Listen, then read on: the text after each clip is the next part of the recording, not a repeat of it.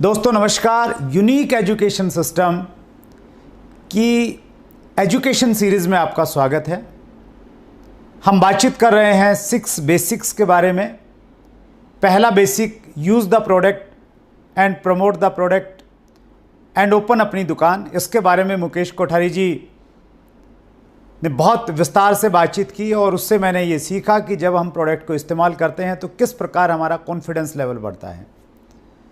दूसरा basic, make a list of dreams and prospects. इसमें S अत्री साहब जो पेशे से टीचर हैं, उन्होंने बहुत शानदार तरीके से हमें बताया कि हमें लिस्ट को क्यों बनाना है और किस तरीके से हम 1000 लोगों की लिस्ट बना सकते हैं।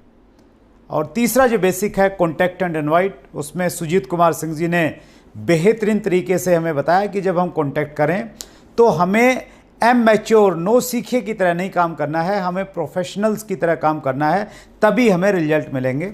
और जो फोर्थ बेसिक था, share the products and plan, Mahavir Saharan ji ने बहुत शानदार तरीके से एग्जाम्पल के माध्यम से हमें बताया कि अगर हम छोटे बच्चे को पेपर के ऊपर में अगर हाथी बना के दिखाएंगे तो उसके बहुत सारे प्रश्न होंगे, लेकिन जब हम उसको साक्षात हाथी दिखा देंगे तो उसके सारे प्रश्न खत्म हो जाएंगे और फिर वो भूल नहीं पाएगा कि हाथी कैसा होता है। सो आज जिस टॉपिक पे मैं बातचीत कर रहा हूँ, मैं बात कर रहा हूँ 5th बेसिक पे, और वो है follow up with in 48 hours. आपने जिस व्यक्ति को प्लान दिखाया है उस व्यक्ति से आपने दोबारा मिलना है, 48 आवर्स के अंदर अंदर मिलना है। हम जितना भी काम हम बेसिक क्यों कर रहे हैं, ये जो पॉइंट अब तक हमने फॉलो किए हैं, चाहे हमने प्रोडक्ट यूज़ किया है, लिस्ट बनाई है, कॉन्टेक्ट किया है, प्लान दिखाया है, ये इसलिए किया है ताकि हम सामने वाले व्यक्ति को अपना प्रोडक्ट दे सकें या हम उसे अपने बिजनेस में ज्वाइन कर सकें। यह हमारा मकसद रहा है मेन। सो अब समय आ गया है जिस मकसद के लिए हम बेसिक्स फॉलो कर रहे हैं उसका परिणाम लेने का, यानी या तो प्रोडक्ट सेल करने का या सामने वाले व्यक्ति को अपने नेटवर्क में ज्वाइन करवाने का। एक कहावत है, पुरस्कार प्रयासों को नहीं मिलते, परिणामों को मिलते हैं। अगर आप अपने प्रयासों को परिणामों में कन्वर्ट कर पाए, रिजल्ट में उनको तब्दील कर पाए, तो ही आपको रिवार्ड्स मिलेंगे, तो ही आपको बेनिफिट होता है। सो जो भी हमने अब तक एक्टिविटीज़ की है वो इसलिए की है कि हम सामने वाले व्यक्ति को अपना प्रोडक्ट सेल करें। हम इसमें विस्तार से बातचीत करते हैं। जब भी हम लोग फॉलोअप करें, सबसे पहली बात यह है कि जब भी हम लोग फॉलोअप करने के लिए जाते हैं, सो फॉलोअप को हम लोग क्वेश्चन हैंडलिंग भी कहते हैं। रिसर्च ये कहती है कि 10% लोग प्लान देखने के बाद प्रोडक्ट लेते हैं या ज्वाइन करते हैं, लेकिन 90% लोग तब ज्वाइन करते हैं जब उनको फॉलोअप किया जाता है, जब उनसे दोबारा मिला जाता है। सो फॉलोअप को हम लोग क्वेश्चन हैंडलिंग भी कहते हैं। क्वेश्चन हैंडलिंग का मतलब ये हुआ कि यहाँ पे बहुत सारे प्रश्न आएंगे आपके सामने और उन क्वेश्चंस को आपने सही से हैंडल किया, सही से उनका रिप्लाई दिया, तो सामने वाला व्यक्ति आपके साथ में जुड़ जाएगा। फॉलोअप कब करना है? फॉलोअप के जनरली हम लोग 5 फॉलोअप की बात करते हैं कि 5 बार आपको आइडियली आपको फॉलो करना चाहिए। पहला फॉलोअप कब करना है? पहला फॉलोअप प्लान दिखाने के तुरंत बाद किया जा सकता है। आपने किसी व्यक्ति को प्लान दिखाया, उसके तुरंत बाद भी आप फॉलोअप कर सकते हैं। अगर उस समय सामने वाला व्यक्ति आपके साथ आपके बात से सहमत नहीं है, आपका प्रोडक्ट नहीं ले रहा है, तो आपने उस समय एक अपॉइंटमेंट फिक्स करनी है दोबारा मिलने की, और वो जो अपॉइंटमेंट है वो 48 घंटे के अंदर होनी चाहिए। इसलिए हम इसे कहते हैं फॉलोअप विद इन 48 आवर्स। इसके पीछे बहुत सारी साइंस है, हम लोग उस साइंस में नहीं जाएंगे। बस आपने ये याद रखना है कि अगर आपने किसी को प्लान दिखाया तो 48 घंटे के अंदर अंदर आपने उस व्यक्ति से दोबारा संपर्क करना है। संपर्क करें, फॉलोअप आपका कंफर्म बुक हो। उसके लिए एक बड़ा अच्छा तरीका ये हो सकता है कि जब आपने उसको प्लान दिखाया उस समय आप फॉलोअप किट एक रखें अपने पास में, जिसमें कुछ लिटरेचर हो, कुछ बुक्स हो, प्रोडक्ट कैटलॉग हो सकता है, वो वहाँ पे आप छोड़िए उस नए साथी के पास में और आप कहिए कि ये आप देखिए, और प्रमोशन के साथ में वो चीज़ें वहाँ पे छोड़ के आइए और आप उनसे समय लीजिए कि मैं अभी तो थोड़ा जल्दी में हूँ, मैं दोबारा आपसे मिलूँगा, तो बताइए कल हम लोग मिलें या परसों मिलें। 2 ऑप्शन देके 48 आवर्स के अंदर अंदर आपने दोबारा फॉलोअप वहीं पर बुक कर लेना है। आप 48 आवर्स के बाद में मिले और उसके बाद में भी व्यक्ति अगर निर्णय नहीं ले पा रहा है तो आप परेशान मत होइए। अभी आपने 3 फॉलोअप और करने हैं, टोटल 5 फॉलोअप बताया गया है कि 5 फॉलोअप तक आपको करना चाहिए। आपने ध्यान रखना है कि जब भी आप किसी व्यक्ति से मिलने के लिए जा रहे हैं फॉलोअप में, या तो आप प्रोडक्ट सेल करके आएंगे, उसका केवाईसी लेके आएंगे, या नेक्स्ट कब मिलना है वो अपॉइंटमेंट की डेट और टाइम लेके आएंगे। दोनों में से एक चीज़ वापसी में आपके पास में होनी चाहिए।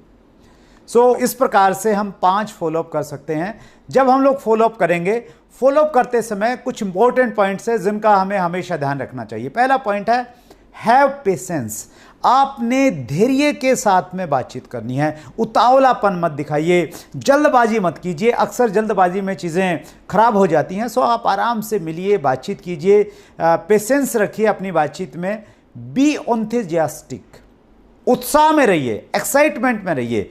आपको बोर नहीं होना है, आपको परेशान नहीं होना है कि आप तीसरे या चौथे फॉलोअप में जा रहे हैं और बंदा जो है बहुत पकाऊ है, बहुत सारे प्रश्न करता है, बहुत सारी क्वेरी करता है, बहुत नेगेटिव सी नेचर का है। आप जब भी मिले उत्साह में रहिए, क्योंकि एक लाइन मुझे बहुत अच्छी लगती है, selling is transfer of enthusiasm. अगर आप अपने एंथुजियाज्म को, अपने उत्साह को सामने वाले व्यक्ति में ट्रांसफर कर सकते हैं तो आप अपना प्रोडक्ट सेल कर सकते हैं। वो उत्साह आपका हमेशा बना रहना चाहिए। Do not over commit. आप जब फॉलोअप के लिए जाएं, कोई भी ओवर कमिटमेंट मत कीजिए, चाहे वो प्रोडक्ट के बारे में है, चाहे आप उसको किस प्रकार की सर्विसेज देंगे उसके बारे में है। ओवर कमिटमेंट करना मॉरली भी ठीक नहीं है, और अगर आपने कुछ मॉरल का ओवर कमिटमेंट किया और आप पूरा नहीं कर पाए तो वो आपके बिजनेस को कोलैप्स करने वाली चीज़ बन जाती है।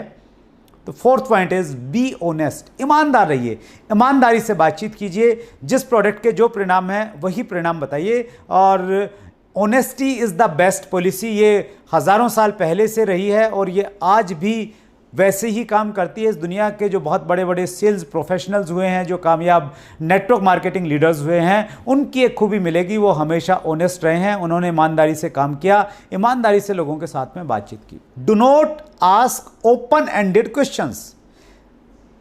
आप फॉलोअप के टाइम में कुछ ओपन एंडेड क्वेश्चंस मत पूछिए। फॉर एग्जांपल, बहुत सारे लोग ये पूछते हैं कि तो सर आपको प्लान कैसा लगा, तो इसका वो कुछ भी जवाब दे सकता है। या आप कहते हैं कि तो फिर आपका क्या इरादा है।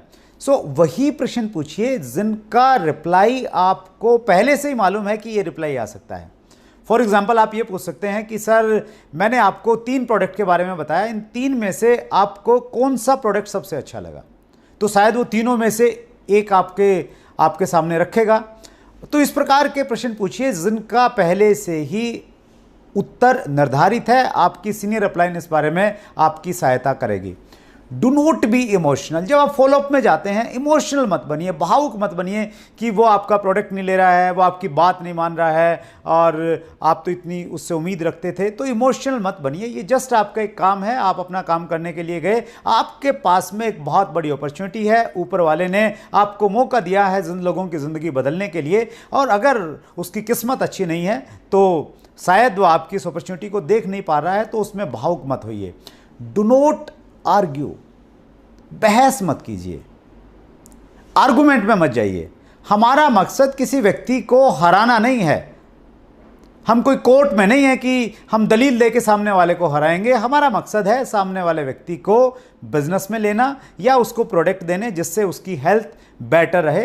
अगर सामने वाला कैसा भी प्रश्न पूछ रहा है, वो प्रश्न बचकाना हो सकता है, वो बेवकूफ़ी वाला प्रश्न होता है, तो आपने उसका मजाक नहीं उड़ाना है। आपने आर्ग्यूमेंट करने से हमेशा बचना है, क्योंकि आर्ग्यूमेंट में आप जीत जाएंगे तो आपका जो परिणाम है, आपका जो मेन ऑब्जेक्ट है, वो ऑब्जेक्ट आपका पूरा नहीं होने वाला है। Have a proper business kit. आपके पास में एक प्रॉपर बिजनेस की किट होनी चाहिए। एक प्रॉपर आपके पास में बैग होना चाहिए, जिस बैग में सारे टेस्टिमोनियल्स हों, आपके पास में प्रोडक्ट हों, आपके पास में लिटरेचर हों, वो सारी की सारी चीज़ें आपके पास में होनी चाहिए जब आप फॉलोअप करने के लिए जाए। नेक्स्ट पार्ट है फ्रीक्वेंट रिस्पॉन्स स्टेटमेंट्स। जब भी आप किसी व्यक्ति से मिलेंगे तो एक तरह की स्टेटमेंट्स आपको मिलने वाली हैं, उसके लिए आपने प्रिपेयर रहना है। अगर ऐसी ऐसी बातें लोग आपसे पूछते हैं तो आप बिल्कुल परेशान मत होइए, क्योंकि आपको मालूम है कि ऐसी ही बातें सामने वाले लोग करने वाले हैं। क्या स्टेटमेंट्स होंगी? लोग कहेंगे आई डोंट हैव मनी, मेरे पास में 100 रुपया भी नहीं है सामान खरीदने का। आपको मालूम है उनके पास में पैसा है और वो बहुत सारा पैसा ऐसे ही उड़ा देते हैं, लेकिन आपने उससे आर्ग्यू नहीं करना है, आपने पेशेंस के साथ में बातचीत करनी, उसको आगे बढ़ाना है अपने तरीके से। लेकिन ये मान के चलिए कि लोग ऐसे ही स्टेटमेंट आपके सामने देंगे, आई डोंट हैव टाइम, मेरे पास में समय नहीं है बिल्कुल भी। लोग ऐसा बोलेंगे, आपने ये नहीं कहना है कि आपके पास में तो बहुत सारे समय हैं, जब इतना व्यस्त होने के बावजूद मैं टाइम निकाल सकता हूं, तो आप भी निकाल सकते हैं। बस आपने प्रिपेयर रहना है कि ऐसा सवाल आए तो कोई बड़ी बात नहीं हुई आपके सामने, I will get back to you. बहुत सारे लोग कहेंगे कि मैं आपको सोच के बताऊंगा, मैं वापस आपको फोन करूंगा, तो ऐसे भी आपको रिस्पॉन्स मिलेंगे। लोग कहेंगे प्रोडक्ट्स आर कॉस्टली, जो सामान है वो बहुत महंगा है, इतना महंगा सामान मैं नहीं खरीद सकता। लोग ऐसा कहेंगे, हालांकि उनको प्रोडक्ट की शायद उतनी नॉलेज नहीं है कि प्रोडक्ट की कॉस्टिंग कैसे निकाली जा सकती है, लेकिन फिर भी लोग कहेंगे आई कांट सेल, मैं बेच नहीं सकता हूं, ये बेचने वाला काम मुझे दिखता है, ऐसा लोग आपको कहेंगे। कुछ लोग कहेंगे is it A pyramid scheme और स्कैम और मनी सर्कुलेशन कंपनी। लोग ऐसा भी बोलेंगे, वो आपको ऐसा एहसास कराएंगे कि जैसे आप बहुत गलत काम में हैं। लोग आपको ये भी बोलेंगे कि मैं मेंबर नहीं बना सकता, ये मेंबर बनाने का काम नहीं मेरे से होगा, बाकी सब कुछ ठीक है, आपका प्रोडक्ट ठीक है, सब कुछ बढ़िया, मैं सब कुछ मान रहा हूं, लेकिन ये जो लोगों को जोड़ने वाला काम है ये मेरे से नहीं होगा। कुछ लोग कहेंगे, सीधा बोलेंगे कि मैं इंटरेस्टेड नहीं हूं, ऐसे कामों के लिए मैं इंटरेस्टेड नहीं हूं। सो ये इस प्रकार की जो स्टेटमेंट हैं ये आपको मिलने वाली हैं, इसके लिए प्रिपेयर रहिए। हर स्टेटमेंट का कैसे आपको रिप्लाई करना है वो हम आगे के सेशन में बताएंगे, लेकिन ये सोचिए, प्रिपेयर रहिए हमेशा इस चीज़ के लिए कि इस प्रकार की स्टेटमेंट आपके सामने आने वाली है। अब इन स्टेटमेंट्स का जवाब कैसे देना है, how to handle questions. Question handling की मैं कुछ टेक्निक्स आपको बताऊंगा, लेकिन उनमें जो सबसे पावरफुल टेक्निक है जिसको मैं बहुत इस्तेमाल करता हूं, और ऐसा लोग कहते हैं कि मेरा लोगों के साथ में व्यवहार थोड़ा एवरेज रहता है, ठीक ठाक रहता है। अगर वो रहता है तो इसलिए रहता है क्योंकि मैं एक टेक्निक का बहुत इस्तेमाल करता हूं, और वो टेक्निक है use feel felt found technique. ये बहुत पावरफुल टेक्निक है। फील फेल्ट फाउंड टेक्निक ये बताती है कि सामने वाला कोई भी स्टेटमेंट दे या कोई भी क्वेश्चन आपसे करता है तो आपने उसका विरोध नहीं करना है, आपने उसकी बात से सहमति जतानी है, फील करना है, महसूस करना है उसकी बात को कि यस यू आर राइट, आप सही कह रहे हैं। अगर सामने वाले ने कहा कि मेरे पास में पैसा नहीं है, तो आपने क्या कहना है, आप बिल्कुल सही कह रहे हैं सर, मेरा भी यही मानना था। जब मेरे सामने ये बिजनेस रखा गया और मुझे कहा गया कि आप ये पेस्ट लीजिए 40 रुपए का, तो मैंने कहा था कि सर मेरे पास तो 40 रुपए भी नहीं है। तो आपने फील करना है। सामने वाला कहता है मेरे पास में टाइम नहीं है, तो आपने कहना बिल्कुल सही कहा सर आपने, मुझे भी ऐसा लगता था मेरे पास में टाइम नहीं है, और मेरे पास टाइम था भी नहीं सर। कुछ भी सामने वाला व्यक्ति बोलता है, वो कहता है कि क्या ये स्कीम है, तो आपने कहना आपने बिल्कुल सही बात की है सर, मुझे भी ऐसे ही लगता था इन सब चीज़ों को लेके ये स्कीम है। सो सबसे पहले वो कुछ भी बोले, आपकी पहली लाइन ये होनी चाहिए, आपने बिल्कुल सही कहा सर, मैं भी ऐसा ही सोचता था, और कहीं ना कहीं आप ऐसा सोचते थे। फेल्ट ये है, सामने वाले ने कहा कि मेरे पास में पैसे नहीं हैं, आई डोंट हैव मनी, आप कहिए कि आप बिल्कुल सही कह रहे हैं सर, मुझे भी ऐसा लगता था कि मेरे पास में पैसे नहीं और मेरे पास में पैसे थे भी नहीं, फिर मैंने ये देखा कि ये मेरे पास में जब अपॉर्चुनिटी है और इसमें मैं अगर प्रोडक्ट इस्तेमाल करके, ये प्रोडक्ट अच्छे लगेंगे, एक ही तो प्रोडक्ट लेना है, और अगर वो अच्छा लगेगा तो मैं दूसरे प्रोडक्ट लेके अगर इसको बिजनेस अपॉर्चुनिटी के रूप में बनाऊंगा, तो मैंने ये फाउंड कि मेरी पैसों की समस्या ज़िंदगी भर के लिए ख़त्म हो सकती है। सो ये बेहतरीन टेक्निक है। फील पहले उसके साथ में रिलेट करना है, फेल्ट फिर आपने ये कहना है कि फिर मैंने गहराई में गया, मैंने तथ्यों में मैं गया, लॉजिक्स मैंने देखे, लॉजिक्स आप दीजिए फेल्ट में, और फाउंड, फिर फाइनली आपने पाया कि मेरी उस समस्या का समाधान यहीं से निकल सकता है। नेटवर्क में भी जब आपके सामने लोग मिलते हैं, वो कोई भी सजेशन लेके आए, कुछ भी आपसे बोलें, तो आप वहाँ पे भी इस टेक्निक का इस्तेमाल कर सकते हैं। मैं बहुत ज़्यादा इस्तेमाल इसको करता हूँ। सेकंड जो तरीका है क्वेश्चन हैंडल करने का, वो है शेयर ऑथेंटिक डाटा।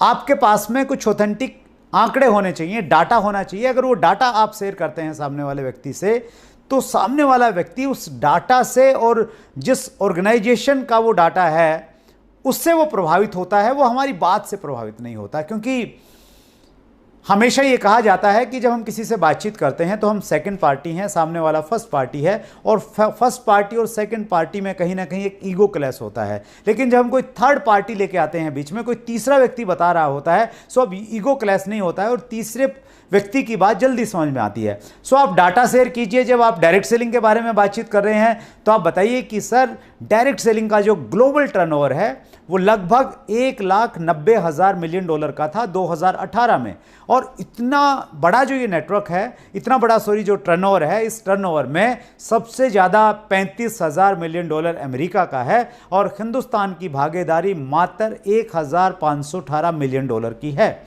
सो अगर हम ये डाटा देखते हैं तो हम पाते हैं कि हमारे देश में डायरेक्ट सेलिंग का बहुत उज्जवल भविष्य है। और ये जो डाटा मैं आपको शेयर कर रहा हूं सर, ये world federation direct selling association के आंकड़े हैं और WFDSA.org ये इसकी वेबसाइट है, आप इस पर भी जाके आप चेक कर सकते हैं। सो जब आप इस प्रकार से उस डाटा का सोर्स उसको बताते हैं, उस ऑर्गेनाइजेशन के बारे में बताते हैं, तो सामने वाला व्यक्ति उस थर्ड पार्टी से बेटर तरीके से समझ सकता है। सो ये बहुत इफेक्टिव टेक्निक है, स्पेशली जो लोग पढ़े लिखे लोग हैं, थोड़ा एजुकेटेड लोग हैं, डाटाज में बात करते हैं, डाटाज की भाषा समझते हैं, उनसे आप इस तरीके से अच्छे तरीके से बात कर सकते हैं। तीसरी टेक्निक है answer questions by asking questions. बहुत बार सामने वाला व्यक्ति आपको कुछ सवाल पूछेगा और आप याद रखिए, हर सवाल का आप जवाब नहीं दे पाएंगे। बहुत बार उस सवाल में से एक सवाल पूछना भी एक जवाब हो सकता है, हर जगह अप्लाई नहीं होगा। इसको आपने थोड़ा इंटेलिजेंट तरीके से, कॉमन सेंस यूज़ करते हुए आप इसका इस्तेमाल कर सकते हैं। फॉर एग्जांपल, आप बिजनेस में नए हैं और एक सामने वाला व्यक्ति बोलता है कि आपको इस बिजनेस से कितना पैसा आ रहा है, और आपने भी शुरुआत की है, तो आपको लगता है कि आप ये बताएंगे कि मुझे अभी कुछ नहीं आया, तो सामने वाला नेगेटिव हो जाएगा और वो ये कहे कि यार ये इसमें कुछ आता जाता नहीं है, ये तो ऐसे ही काम होते हैं। सो आप ये कह सकते हैं कि सर, मैंने तो अभी शुरू किया है, लेकिन हमारे बिजनेस में 500 रुपये से लेके 50 लाख रुपया महीने कमाने वाले लोग हैं। आप बताइए, आप कितना रुपया महीना कमाना चाहेंगे? ये क्वेश्चन में आपने एक दूसरा क्वेश्चन पूछ लिया है। तो इस प्रकार बहुत सारे, वो आपने डिसाइड करना पड़ेगा कि इस टेक्निक का आप कहाँ इस्तेमाल कर सकते हैं, लेकिन ये बहुत अच्छी और बहुत पावरफुल टेक्निक है। नेक्स्ट जो टेक्निक है जिसका आप इस्तेमाल कर सकते हैं क्वेश्चन हैंडलिंग में, और वो है कॉम्प्लीमेंट क्वेश्चंस। सामने वाला जो प्रश्न पूछ रहा है, उस प्रश्न के बाद में आप तुरंत जवाब मत दीजिए, थोड़ी देर सोचिए और बोलिए कि सर, आपका जो प्रश्न है ये बहुत इंटेलिजेंट प्रश्न है, इतना इंटेलिजेंट प्रश्न मेरे सामने किसी से नहीं पूछा। आप उसके क्वेश्चन को अगर कॉम्प्लीमेंट देंगे, उसको अच्छा मानेंगे, तो शायद वो आपके रिप्लाई को भी वो अच्छा मानेगा। क्योंकि जब कोई व्यक्ति आपको पसंद करेगा तो फिर शायद वो आपके जवाब को भी पसंद करेगा, आपके प्रोडक्ट को भी पसंद करेगा, आपको, आपकी कंपनी को भी पसंद करेगा। एक कोटेशन है, if you can sell your self you can sell everything. आप अपने आप को बेचिए, मीन्स आप अपने व्यवहार से, अपनी बातचीत से सामने वाले व्यक्ति को प्रभावित कीजिए। नेक्स्ट जो टेक्निक है, ये बहुत पावरफुल टेक्निक है, आंसर क्वेश्चंस विद टूल्स। सामने वाला जब भी कोई प्रश्न पूछता है, आप टूल्स की सहायता से उसका जवाब दीजिए। फॉर एग्जाम्पल, सामने वाला पूछता है कि आपके प्रोडक्ट की क्वालिटी में मुझे डाउट है, आपकी क्वालिटी कैसी है? तो आपके पास में कोई टेस्टिमोनियल है, 1 मिनट का छोटा सा वीडियो है, वो दिखाइए। आपके पास लिटरेचर में कोई टेस्टिमोनियल है, वो उसको पढ़ाइए। इस प्रकार से आप लिटरेचर का यूज़ कर सकते हैं। सामने वाला व्यक्ति कोई प्रश्न कहता है कि क्या इस बिज़नेस में लोग ज़्यादा पैसा कमाने वाले लोग हैं, तो आप कहिए कि सर, बहुत अच्छा प्रश्न आपने पूछा है। हमारे यहाँ पे एक प्रोग्राम रहता है हर संडे को सुबह 11 बजे, और वो प्रीमियर प्रोग्राम रहता है यूट्यूब के ऊपर में, हमारा चैनल है, तो मैं आपको उसका लिंक भेजूंगा, आपको रिमाइंडर करवाऊंगा। उस प्रोग्राम को अगर आप अटेंड करेंगे सर, आपके इस प्रश्न का जवाब वहाँ पे मिल जाएगा। आपने जो प्रश्न पूछा है, मैं शायद उसका जवाब नहीं दे सकता। सो जो हमारे टूल्स हैं, ऑडियो हैं, वीडियोज़ हैं, वेबसाइट है, अप्लायंस के नाम हैं, ये जितने भी सारे लोग हैं इनको आप टूल्स के रूप में इस्तेमाल कर सकते हैं और इनके माध्यम से आप रिप्लाई कर सकते हैं। इस प्रकार आप सामने वाले व्यक्ति के प्रश्नों का जवाब देंगे उसकी ईगो को ठेस पहुंचाए बिना। अब टाइम आ गया है, फाइनल टाइम है सेल क्लोजिंग, यानी जो अब तक आपने किया है उसका परिणाम आपको मिले। आपने जो बेसिक्स किए हैं इससे पहले 4 और या फॉलोअप में भी जो इतने सारे स्टेप्स आपने किए हैं इसलिए किए हैं कि आप सामने वाले व्यक्ति को अपना प्रोडक्ट सेल करना चाहते हैं या उसको बिजनेस में ज्वाइन करवाना चाहते हैं। इसके लिए मैं कुछ टेक्निक आपको बताना चाहता हूं। ये बहुत पावरफुल टेक्निक है। ये अगर आपने अपने बिजनेस में अप्लाई कर लिया और आपने अपनी टीम को अगर ये टेक्निक सिखा दी तो फिर आपके परिणाम जो हैं वो कई गुना बढ़ने वाले हैं।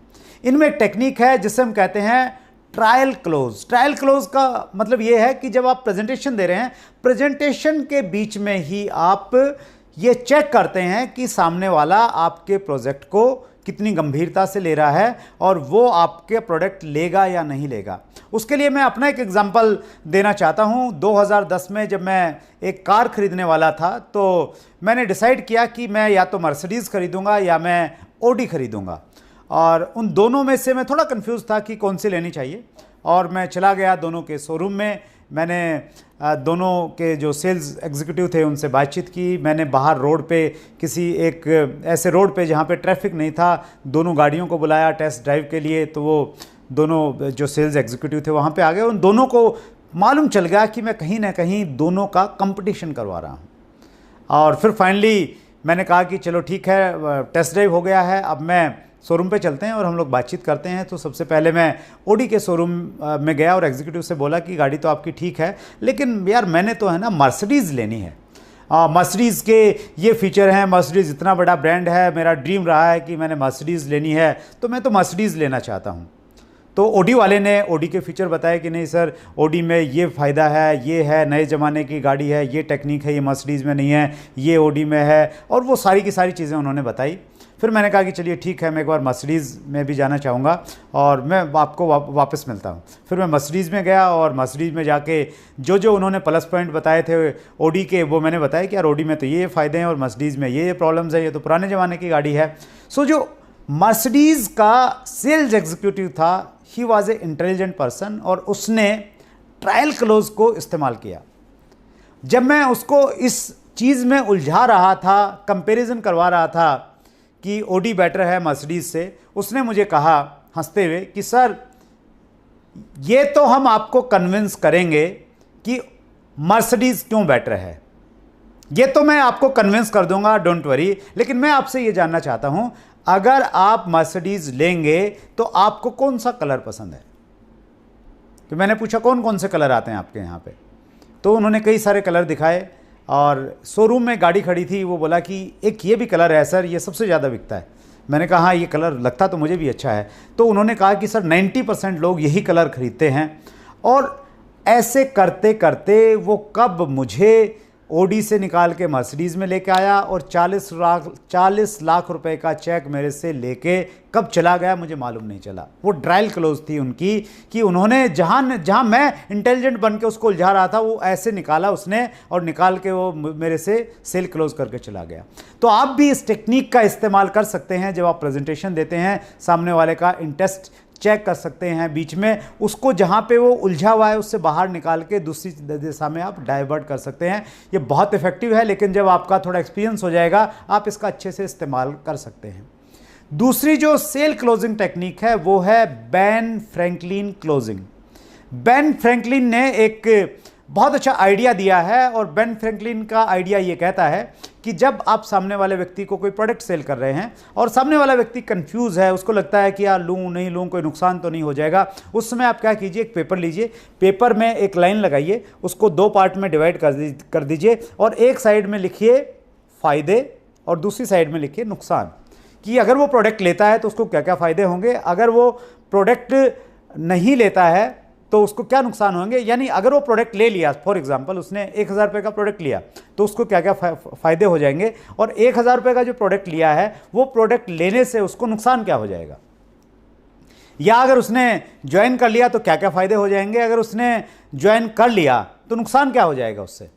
तो बेन फ्रैंकलिन ये कहते हैं कि जब आप पेपर के ऊपर में सामने वाले को नंबर्स के साथ में बताते हैं कि देखिए आप ये प्रोडक्ट इस्तेमाल करेंगे तो इससे फ़ायदा आपको ये होगा कि आपको ओरिजिनल प्रोडक्ट मिलेंगे, दूसरा फ़ायदा ये होगा कि आपको बाज़ार से थोड़ा कम रेट में मिलेंगे और इंटरनेशनल लेवल की क्वालिटी के प्रोडक्ट मिलेंगे, तीसरा फ़ायदा ये होगा कि अगर आप इसको रिटेल करेंगे तो आपको एक रिटेल मार्जिन मिलेगा, चौथा बेनिफिट ये होगा कि आप इसको एक बिजनेस अपॉर्चुनिटी के रूप में भी इस्तेमाल कर सकते हैं। सो जब आप फ़ायदे की लिस्ट गिनाएंगे तो वो लिस्ट बहुत लंबी हो जाएगी, और जब नुकसान की लिस्ट गिनाएंगे तो नुकसान शायद कुछ होगा नहीं, या ज़्यादा से ज़्यादा ये होगा कि भाई ये 1000 रुपये के प्रोडक्ट जो हैं ये ख़राब निकल गए और आपको 1000 रुपये का नुकसान होगा तो बस यही हो सकता है ज़्यादा से ज़्यादा। तो जब आप पेपर पे किसी व्यक्ति को ये बताते हैं तो सामने वाले व्यक्ति को निर्णय लेने में आसानी होती है और उसको लगता है कि यार प्रॉफिट ज़्यादा है, फ़ायदे ज़्यादा हैं, नुकसान तो बहुत कम है, और इतना चलो मान लिया नुकसान हो भी जाएगा तो मैं इतना रिस्क ले सकता हूँ। सो ये बहुत इफेक्टिव टेक्निक है, बहुत पुरानी टेक्निक है लेकिन आज भी काम करती है।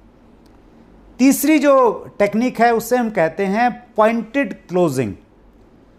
पॉइंटेड क्लोजिंग थोड़ी सी एग्रेसिव क्लोजिंग है, और इस क्लोजिंग में आप ये करते हैं कि सामने वाले को आपने प्लान दिखाया और प्लान दिखाते दिखाते आपने प्लान ख़त्म होने के बाद में तुरंत फॉलोअप किया और आपने पॉइंटेड क्लोज इस प्रकार से आप करेंगे तो आप ये कहेंगे कि सर देखिए ये हमारा प्लान था, बेहतरीन प्लान है और मुझे लगता है कि आपको ज़रूर ही अच्छा लगा होगा, बस मुझे आपके सर डॉक्यूमेंट्स चाहिए, कुछ आपका एक आधार कार्ड चाहिए सर, आपका एक बैंक का आपका अकाउंट की डिटेल चाहिए सर, तो इस प्रकार से ये डॉक्यूमेंट्स आप चाहिए, यानी आप सीधा पॉइंट पे आ गए, पॉइंटेड क्लोजिंग।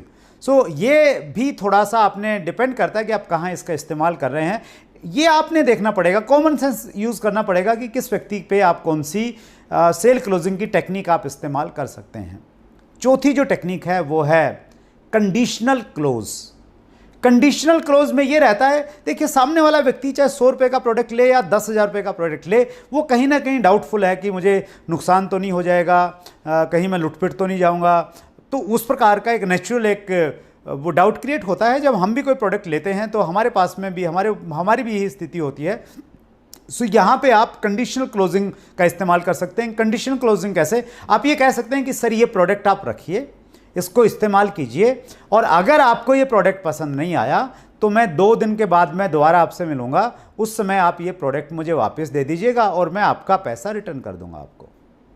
तो ये कंडीशनल क्लोजिंग है, आपने प्रोडक्ट दिया, इस कंडीशन पे दिया कि अगर इस्तेमाल नहीं हुआ तो आप वापस ले लेंगे। सो सामने वाला फिर आपके साथ आपका प्रोडक्ट ले लेता है। और जो लास्ट टेक्निक है ये भी बहुत इंपॉर्टेंट टेक्निक है, और डायरेक्ट सेलिंग में स्पेशली हम लोग इसका बहुत इस्तेमाल करते थे, मैं बहुत इस्तेमाल करता था, और इस टेक्निक को कहते हैं do not miss the opportunity close. यानी हम सामने वाले को ये बताते हैं कि अगर आज आप मेरे साथ में जुड़ गए तो आपको क्या फ़ायदा होने वाला है, और वो फ़ायदा क्या होगा। शायद आपने पहले कुछ लोगों से बातचीत कर रखी है, वो लोग ऑलमोस्ट तैयार हैं ज्वाइन करने के लिए, लेकिन उन्होंने अपना KYC नहीं दिया है, तो आप ये कह सकते हैं कि सर मेरी एक व्यक्ति से बात हो रखी है, उसने ज्वाइन करना है, उसके KYC मेरे पास में भी आने वाले हैं, आप अगर इसी समय मुझे अपना KYC दे देंगे तो उस व्यक्ति को मैंने स्पॉन्सर करना है, उसको मैं आपके नीचे स्पॉन्सर कर सकता हूं।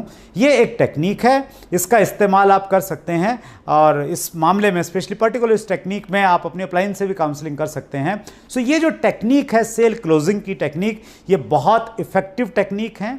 लोग 10 रुपये का प्रोडक्ट बेचते हैं या 10 करोड़ का प्रोडक्ट बेचते हैं, इन टेक्निक में से किसी न किसी टेक्निक का इस्तेमाल किया जाता है। और मैंने अगर आज बहुत बड़ा नेटवर्क बनाया है तो कहीं ना कहीं इन्हीं सब चीज़ों का किसी न किसी रूप में मैंने इस्तेमाल किया है।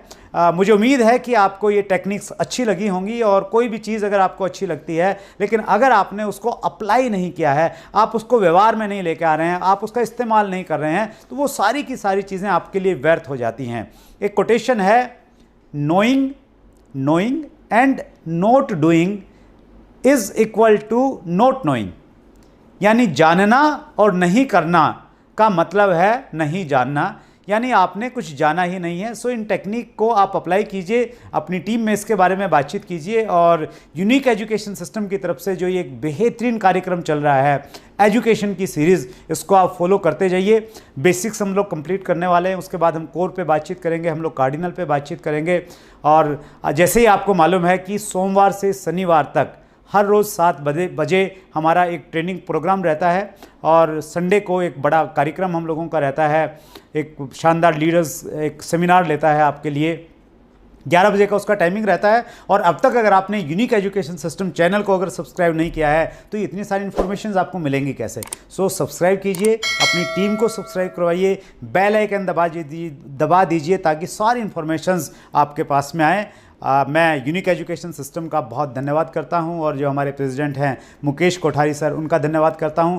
पहले जिन स्पीकर्स ने 4 बेसिक्स के बारे में बातचीत की, मुकेश कोठारी सर उनमें स्वयं थे, अत्री साहब उसमें थे, सुजीत कुमार सिंह थे और महावीर साहरन जी थे। मैं उनका आभार प्रकट करता हूँ। थैंक यू वेरी मच, बहुत बहुत धन्यवाद।